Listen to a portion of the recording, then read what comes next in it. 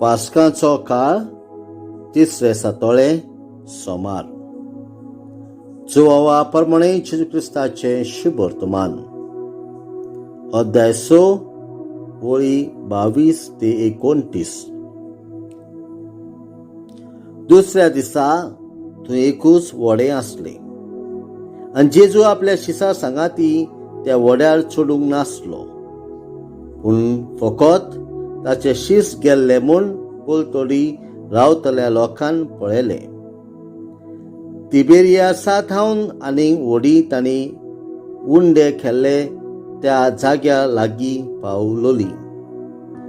जेजू थंय नासलो आनी ताचे शिसूय थंय नासले म्हूण तांणी देखले तेन्ना तो लोक व्हड्यांनी चडून जेजूचे सोदीक काफारनाव आयलो. तो तांकां तोडीर मेळ्ळो तेन्ना तांणी ताका म्हटलें, गुरुजी, तूं हांगा केन्ना आयलोय?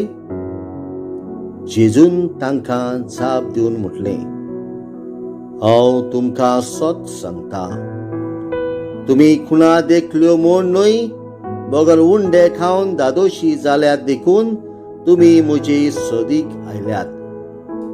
खावन सोरता तसल्या खाणा खातीर त्रास घेवं नाकात, पूण सासणाच्या जिविताक तोखता तसल्या खाणा खातीर त्रास घेयात. तसले खाण मनशाचो पूत तुमकां दितलो, कारण देवा बापान ताचेर आपलो शिक्को मारला. तेन्ना तांणी ताका म्हटलें, देवान जाय तसली कामां करूंक आमी कितें करचें? जेजून तांकां म्हटलें, जाका देवान धाडला ताचेर विस्वास दवरात, हेच तें देवाक जाय तें काम. जेजू क्रिस्ताचे शुभ वर्तमान हे वाखांडी तुका क्रिस्ता. नियाळ,